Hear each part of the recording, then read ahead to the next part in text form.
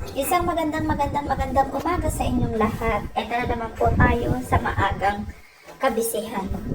Ayan, tingnan nyo guys, alas 6 pa lang ng umaga yan.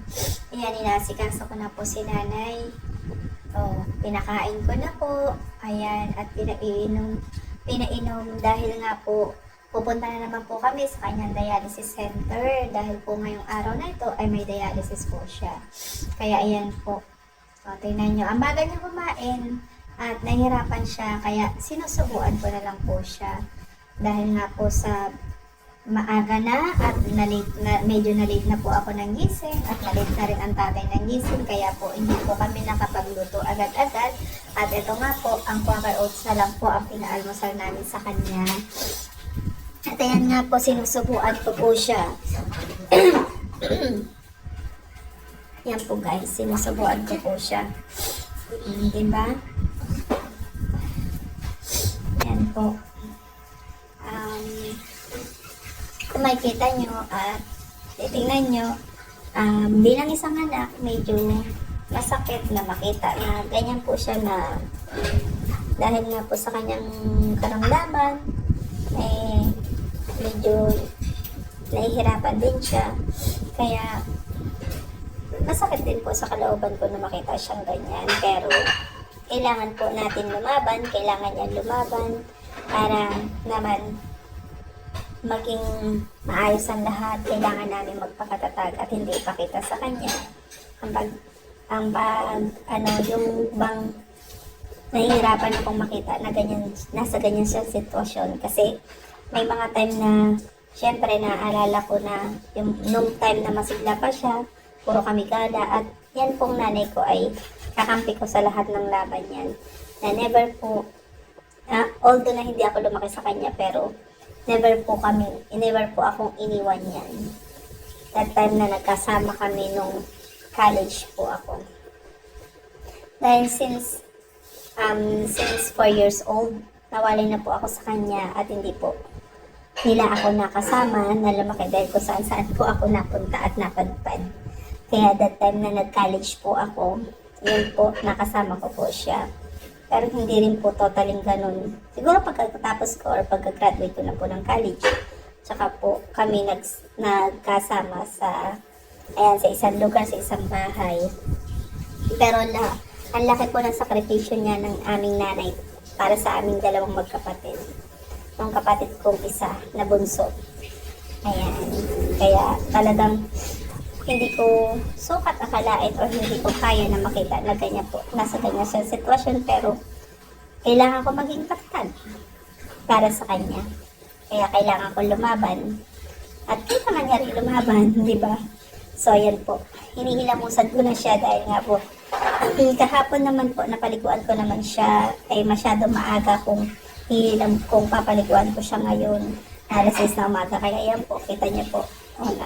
Napalitan ko na siya ng damit, napalitan ko na rin siya ng diaper, at nire-ready ko na po lahat ng kakailanganin namin para pagpuntan po namin sa Nepromed or dialysis center. Yan po guys. So napakain ko na rin siya, napilisan na, at ayan nga po. Maya-maya, nilipstickan ko na yan para hindi po medyo maputla yung kanyang labi. At pupulbusan. Ayan, papabanguhan para maayos naman at napaka-presentable po para pagdating po niya sa Nepromed Asia. Nepromed Dialysis Center. Ayan, o diba? At ayan nga po, ang ginagawa ko naman, iniwan ko siya dahil nga po yung Crocs niya, kailangan ko pong brushin. Kaya para pagsuot niya, medyo malinis. Kasi medyo marumi na rin po yung kanyang Crocs. Kaya po, nilaban ko na. Pinrush ko po muna. At yan nga po, makikita nyo, iniipitan ko po siya para just in case na hindi po sabog or nakakalat yung kanyang buhok pagdating po dun sa Nepromed. Ayan, may sinasabi nga po siya dyan eh. Dahil nga po ang inaalala niya na syempre 4 to 5 hours po siya na nandoon, ang iniisip niya yung kakainin niya, di ba? Dahil nga po nagpapabili siya sa akin ng kakainin dahil pinagsagaan niya po kainin yung yung Quaker Oats na parang hindi naman ready to eat. Yan nga po. So, yun nga po. Kaya, kung ako sa inyo, mga anak, mga guys, mga followers, mga ka-FB friends, kung may magulang pa kayo, pahalagahan nyo hanggat malakas pa po siya, hanggat nandiyan pa po siya sa tabi nyo. Kasi ang magulang, iisa lang po. Mahirap po na walang magulang sa tabi mo. Although napapagalitan, nasisermonan kayo or napagsasabihan kayo, pero mahirap po kapag wala po magulang sa tabi nyo. Yan po ang masasabi ko po sa inyo. Mahirap kaya maging magulang, isang magulang. Dahil lahat ng gawain, lahat ng nasa inyo, kayo na mismo. Wala kayong dirop ang pagiging isang ina. Napakahirap po ng gawain ng pagiging isang ina. Pero kailangan natin kayanin, kailangan natin pahalagahan hanggat nandyan pa po ang magulang natin. Maging mabait tayo sa kanila, pakita natin yung pagmamahal natin sa kanila dahil once na nawala na yan, wala na. Paano mo pa po maipapakita or maitatama ang iyong mga kamalian kung wala na po sa tabi mo ang iyong magulang, di ba? So, yan nga po guys, nagpapulbos na po siya, yan, pinupulbosan ko na po siya. Maya-maya papabanguhan na rin po siya, para naka-ready na rin po siya, ayan. O, di ba?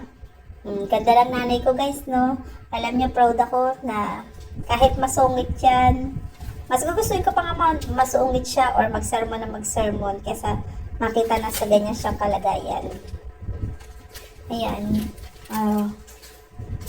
Love na love ko po yan ng nanay ko. Lahat gagawin ko para naman maanuhan siya.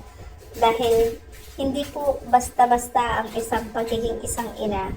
Napakahirap po ng sitwasyon ng pagiging isang mabuti or isang ina dahil po sa loob ng 9 na buwan na dinala ka niya, isinilang ka niya, hindi po basta-basta yun. Napakahirap po yan.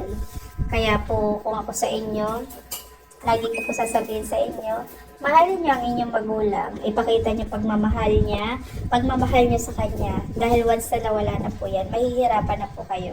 Wala na maninermo sa inyo, wala na mag-guide sa inyo, wala na kayong kakampi, wala na kayong mapagsasabihan ng mga sama na loob. Yan nanay kong yan, ako Diyos ko, kasama ko po yan sa lahat. Kasama ko po yan sa pagkagala, ayan, kasama ko yan sa kadaldala, sa kakulitan, sa pagsisermon, ayan. O diba? Ayan, mabait po yan nanay kong yan. Ayan, makulit nga lang, pero nako Diyos ko, napakabait po yan. Yan lang po yung taong o yung nanay na laging nagtatanggol sa akin. Once na may narinig siya about na nagsalita about sa akin, ayan, ako nandiyan po yan, nakaready po yan. Talagang ipagtatanggol ka niya ng bonggang-bongga at todong-todo. Hindi ka niyang pababayaan. Ganyan po ang nanay ko yan, kaya mahal na mahal ko po yan. Ayan. Nakaready na po siya, nakaready na po lahat. Ang hinaano ko na lang po yung dadalhin namin para sa dialysis center. Yan, nabrush ko na po yung crocs niya, na medyasan ko na rin po siya. At ayan po, sinusuot ko na po sa kanya yung kanyang crocs. Tapos, maya-maya po, yan na guys, maya-maya po, ayan, ayan po, yung dadalhin niya naman po, papalitan ko lahat kasi pagtingin ko, wala po siyang blanket or kumot na dala. Bye-bye guys! Subscribe, like, and share.